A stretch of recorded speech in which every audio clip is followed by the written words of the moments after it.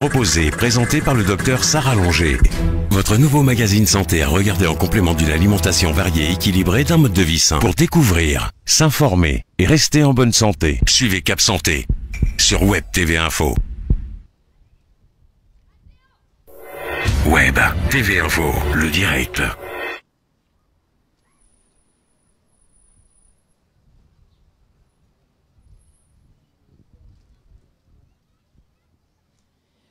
Bonjour à tous et à toutes, j'espère que vous avez passé un bel été. Je suis le docteur Longer et aujourd'hui on démarre la deuxième saison de l'émission médicale Cap Santé. Alors aujourd'hui c'est une spéciale pour la rentrée, vous allez me suivre avec les sauveteurs en mer, nous sommes en direct à la plage des Minimes. Je vous présente Jérôme et Romane, Jérôme qui est chef de poste sur le poste des Minimes à La Rochelle et Romane qui est aussi sauveteur en mer. Vous le voyez, ils sont en orange. Ce sont la SNSM, c'est la SNSM, la Société Nationale des Sauveteurs en Mer. Vous pouvez les repérer dans plein de plages en France, et en l'occurrence à La Rochelle, aux Minimes, à la Concurrencée, à Chef de Baie. Et on va essayer de comprendre un peu mieux la SNSM et les sauveteurs en mer avec Jérôme. Jérôme, alors donc toi tu es saisonnier et tu es chef de poste ici. Comment ça s'est passé sur cet été? Est-ce que vous avez eu beaucoup d'interventions? Non, pas beaucoup d'interventions. Quelques malaises ont été réalisés, se sont passés.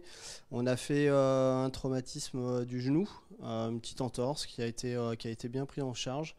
Mais sinon, globalement, non, ça a été assez simple et assez calme. Donc rien de grave finalement? Non, rien de grave. Ok, comment est-ce que vous êtes formé? Parce que vous êtes donc secouriste en tant que sauveteur en mer. Quelle est votre formation? Alors notre formation, c'est exactement la même que les pompiers.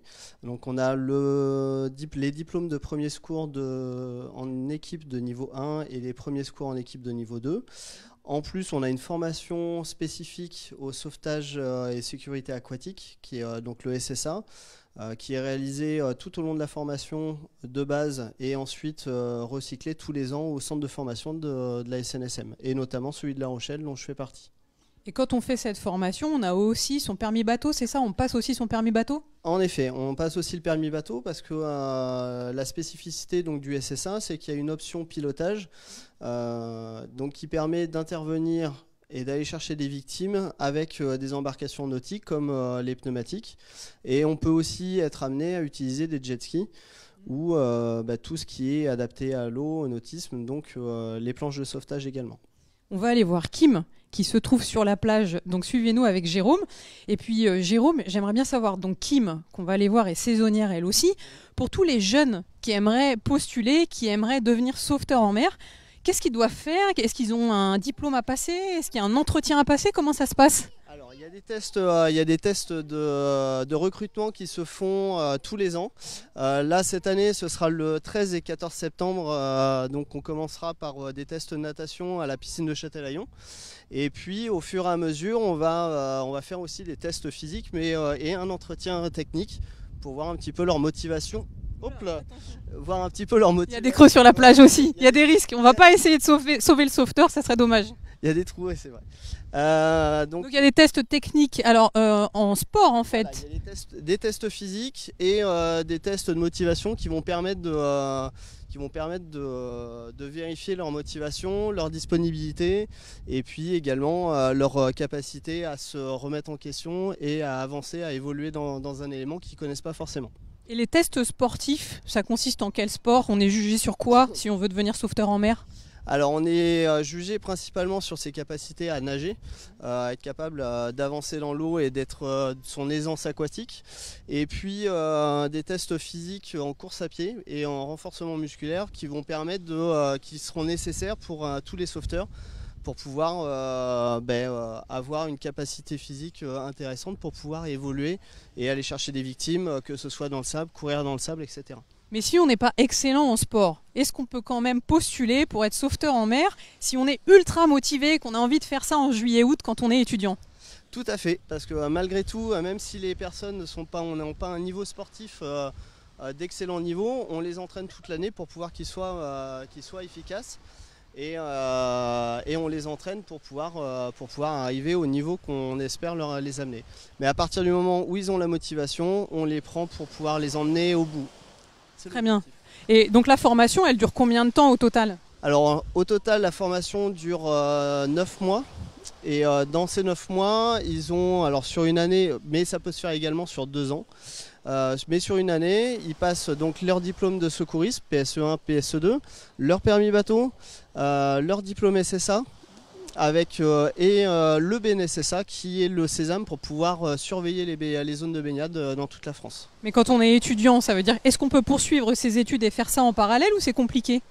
Alors en fait c'est une adaptation, c'est vrai que la priorité c'est les études, mais on arrive tous les étudiants et tous les bacheliers qui sont passés dans nos mains à la SNSM ont réussi, s'ils passaient leur bac, ont réussi leur bac. Cette année on a eu la chance d'avoir une majorité de jeunes qui ont réussi le BNSSA mais en plus qui ont eu des mentions au bac. Très bien. Et du coup, si on habite à Paris et qu'on a envie d'être sauveteur en mer, ou si on habite à Marseille qu'on veut être sauveteur en mer, on doit venir à La Rochelle ou comment ça se passe? Est-ce qu'il y a des centres de formation partout en France? Alors, il y a 32 centres de formation en France. Il y a un centre de formation à Paris, il y a des centres de formation bien sûr sur les côtes, mais il y a aussi des centres de formation à l'intérieur des terres. Albi par exemple, pas loin de Toulouse.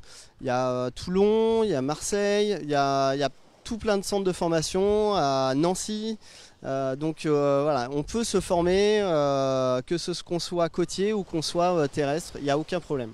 Merci beaucoup pour ces explications Jérôme. Et donc je suis avec Kim qui est sauveteur en mer elle aussi. Ça fait combien de saisons Kim que tu es sauveteur en mer à la SNSM? Alors moi c'est ma 2e saison, donc mon 4e mois. D'accord, ça te plaît? Ouais, c'est génial. Comment est-ce que tu es arrivé là? En fait, je cherchais un emploi saisonnier. Après, moi, je considère pas vraiment ça comme un emploi, c'est plutôt une vocation. Parce qu'on est là pour, on sauve des vies, on est formé, on acquiert des compétences en plus. Et c'est vraiment un bonheur. En plus, le cadre est plutôt idéal, donc on se plaint pas. Donc voilà, c'est vraiment, c'est plus une vocation qu'un emploi. Et ça permet de passer 2 mois quand même assez sympas, effectivement en essayant de faire des gestes techniques médicaux. Et puis aussi en passant un bel été. Exactement, ouais. Bon là on n'a pas trop de chance, il n'y a pas beaucoup de soleil, mais d'habitude les plages sont quand même assez bondées, c'est ensoleillé, on a une bonne équipe, donc on rencontre des sauveteurs d'un peu partout, donc voilà, c'est l'échange et beaucoup d'esprit d'équipe et c'est ça aussi qui est très intéressant. Merci Kim. Pour tous les gens qui veulent du coup devenir sauveteur en mer, à qui est-ce qu'ils s'adressent ?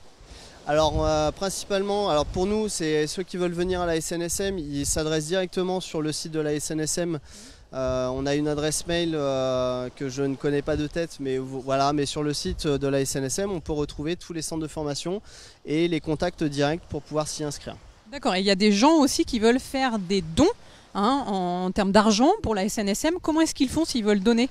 De la même manière, ils peuvent se connecter directement sur le site de la SNSM et faire des dons en ligne ou se rapprocher éventuellement soit des centres de formation, soit des stations locales.